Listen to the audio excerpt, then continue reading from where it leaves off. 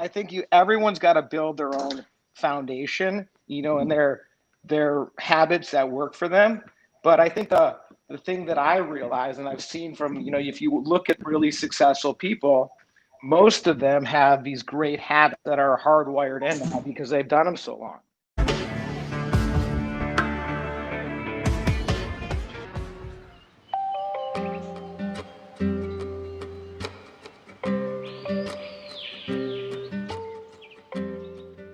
Idea is your day is not coming like this. Your day is coming from you. So everything and all these experiences, whether it's the person who texts you, whether it's the Deepak showing up, whether it's LeBron having a kid, it's still coming from me. And if you realize that in your meditation, what you're doing is you're basically cleaning up your energy. So, I mean, everyone says what you put out there is what you get back. If you give, I'm a big give what you love. If you give away what you love, you're going to always have more than enough of it. Yeah. So meditation is a great way for you to realize your energy affects your reality. And if you're frantic and spazzing and have no idea, that's what it seems like to you. But if you can send out the right energy and be aware of how much what you're sending out there actually is what comes back to you. Yeah, of course. It's very intentional. So it's just a different way of thinking at the world. I think most people live in everything's coming at me. Yeah. Where you start to live. Approach is you're pushing it. So it's my movie. I'm living my movie. Yeah. And I can't adjust the screen, but I can go back to the projector. Yeah. Hi, Jasper Basson here. I just wanted to remind you about the Daily Entrepreneur Tips series. It's a business growth series for entrepreneurs and contains financial information and also information to grow you as a person and your business, because we will never grow our business any higher than we grow ourselves. So click on the link below and I will send you daily information to grow you as a person and your business, and it's for 365 days of the year.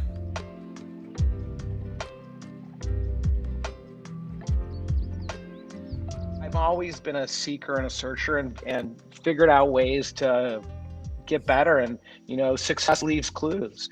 So now I have really intense serious practices, hours a day, to create the things in my life that I want, and then I expect to go big for them to come to me.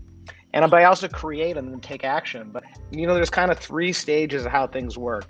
There's the planning stage, the anticipating stage. Let's say, hey, we're gonna go cat skiing together, and how's it gonna be, and how's the snow gonna be, and how our friends are gonna be, and you create the thing. And I have a morning practice where I journal. I do 5-minute journal, and I have a whole other book of journals where I write goals for everything that I want to have happen for the day. Okay. And that's a big part of it. And the second part is being in the experience. So how am I really there when I show up? How can I see what's happening around me? How can I be present for what's going to happen in my day? And it'll either happen better than I thought it was going to be in the morning, or other things will come up that I'll get to enjoy that I didn't even anticipate. And then the third part of it is really, at the end of the day, kind of celebrating those wins or writing them down and reflecting on how great that was. It's like almost when people go on a great ski trip. I love to ski. At the end of the day, people sit around the fire or have some drinks afterwards and talk about what a great time they had when all these things happened. So I think life is meant to work like that. So there's practices that can be developed. One of the things that Angeline's husband Carl and I both got into beyond Tony Robbins is Dr. Barry Morgan, this guy who does Energy for Success, and a lot of his practices are incredible and super powerful at creating opportunities and using what he calls the energy. We talk a little bit about there's a way of using grit to make things happen that people think I'm going to work so hard. And hard work's part of it, but if you're using grit, you're not in the flow. Like, you look at a great athlete, they work hard, but they're in the flow. And I think that real success happens when you put yourself in flow state and align yourself with all the things around you. And then you focus on whatever's going on. I think that, like we talked a little bit earlier about scaling and things like that. But it's always about, for me, Spiritual Gangster was always a global brand. It was never, it's always been big. So that's how I've seen it from the beginning. So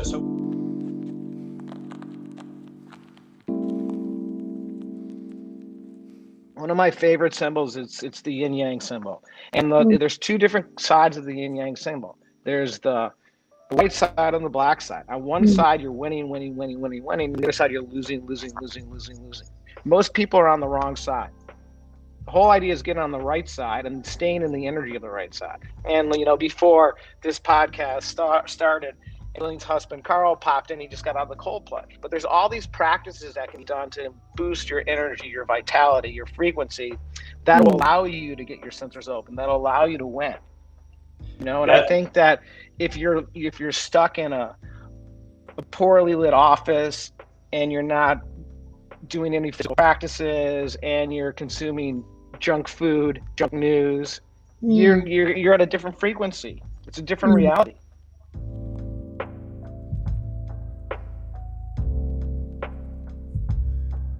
Live and remember, and reflect on the good stuff. And you're basically creating neural pathways. You're creating these channels in your body so you want to remember your wins and you want to book more wins and you want to keep using the momentum. Say, okay, the whole idea is you want to build a platform to have a life. It's not just about having money and no relationship or no health. You have to be healthy. You have to have vitality. You have to have a great family. You have to, have to have, I like to call it oxygen money, but it's like money's like air, right? You never think about, is there going to be enough air for me to take a breath here, right? There's air, right? Yeah. But so that's like an abundance philosophy to have, that there's always more than enough. You just have, and there's also ways to, when you start generating and connecting dots and value, abundance flows.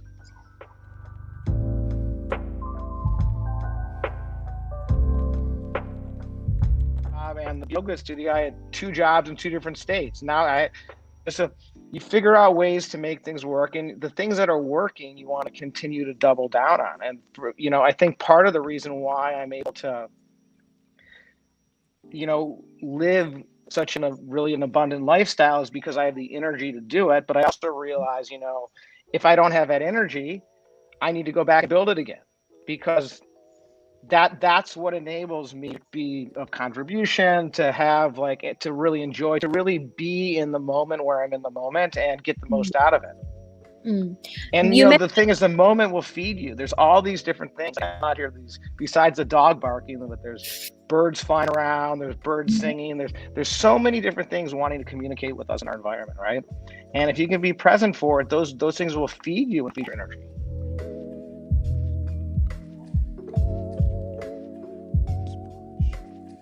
Like Steph Curry, right? Best free throw shooter in the world. Still makes 100 free throws a day. You think he doesn't know how to make free throws? Yeah. But every day, I'm gonna go plug this in. Every day he's making free throws. So the basics are what allow you to be, But if you don't, I think everyone's got to build their own foundation, and their habits that work for them. But I think the thing that I realize, and I've seen from, if you look at really successful people, most of them have these great habits that are hardwired in them because they've done them so long, and what in the beginning may seem hard becomes now it's harder for me not to stay in bed and meditate for 60 minutes in this, I don't miss it. So these things become hardwired and they become who you are. But in the beginning, they're challenging. Yeah. But now after, they say 66 days to form a habit, after 3 months, it becomes a ritual, or it becomes just part of you. And I think that's the thing, is for the people who are listening, you want to build your base. And then once you get that, and you keep elevating it, right? You can't do all this shit at once. Yeah. Pick one, install one habit, then in another 90 days, install another. You're always leveling up. And then now take that over, and the whole thing is compounding too. So, even my morning ritual is compounded, but, wealth gets created compounding. Most people, scale is compound, right? Most people underestimate the value of compounding, and they want to do it all quickly. If they do it over a course of a period of time, change can be huge, especially over 10 years. I tell people spiritual gangsters a 10-year overnight sensation. 10 years overnight. So, but there's a whole, everything compounds. Your good habits and your bad habits. Now I'm around 50, and I see my friends are going in one direction or the other. They're getting healthier, fitter. We love to ski. I play golf a lot. It's important for me to be healthy and vital. And then I have other friends who were great athletes, but now they don't take care of themselves. They don't, and they're not able to do what we're able to do anymore. And it's, and then that goes quickly, right?